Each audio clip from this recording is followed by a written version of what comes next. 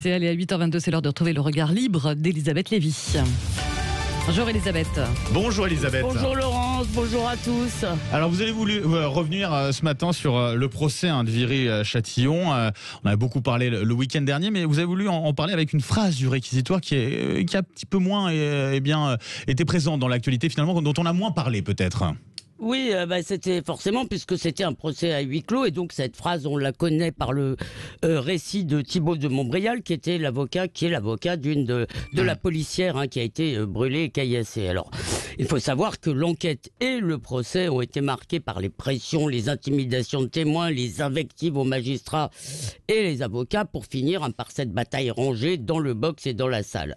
En gros, une partie des accusés, pas tous, selon Thibaut de Montbrial, une partie des accusés se sont comportés comme ce qu'ils sont, des racailles. Eh bien, ça n'a pas frappé l'avocat général, qui non seulement a requis des peines plus légères qu'en première instance, mais a conclu ses 7 heures de réquisitoire par cette déclaration absolument sidérante. Déclaration aux accusés. Je sais que vous avez de l'empathie et je considère que vous êtes une richesse pour le pays. Voilà ce que le représentant de la société déclare à des voyous dont la plupart sont inconscients de la gravité de leurs crimes et ne sont obsédés que par une chose: punir ceux qui ont vaguement parlé. Et alors comment expliquer, Elisabeth, une telle déclaration, parce que c'est quand même assez fort, quoi. Oui, eh bien c'est un concentré d'idéologie compassionnelle et immigrationniste, parce qu'il y a un biais clairement racial. Oui, tous les accusés sont des enfants ou des petits-enfants d'immigrés subsahariens ou maghrébins.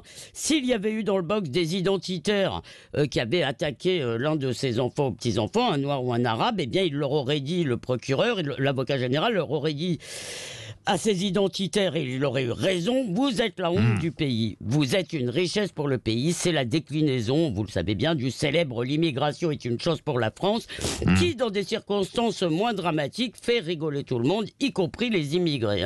Et c'est une façon de se soumettre à la force. On ne demande pas, disons, à ceux qui sont dans le box en l'occurrence, et au-delà à ceux qui sont une chance pour la France, on ne leur demande pas de respecter nos lois. Alors on ne va pas leur demander non plus de s'adapter à la culture de leur pays d'accueil. Alors bien sûr, ça n'a pas plu au parquet général ni à la chancellerie, mais ceux-là ne peuvent rien faire, et ça montre toute l'absurdité de l'indépendance du parquet, puisque le parquet vous représente, il représente la société. Alors vous savez, on nous rebat les oreilles du problème de confiance entre la police et les jeunes des quartiers.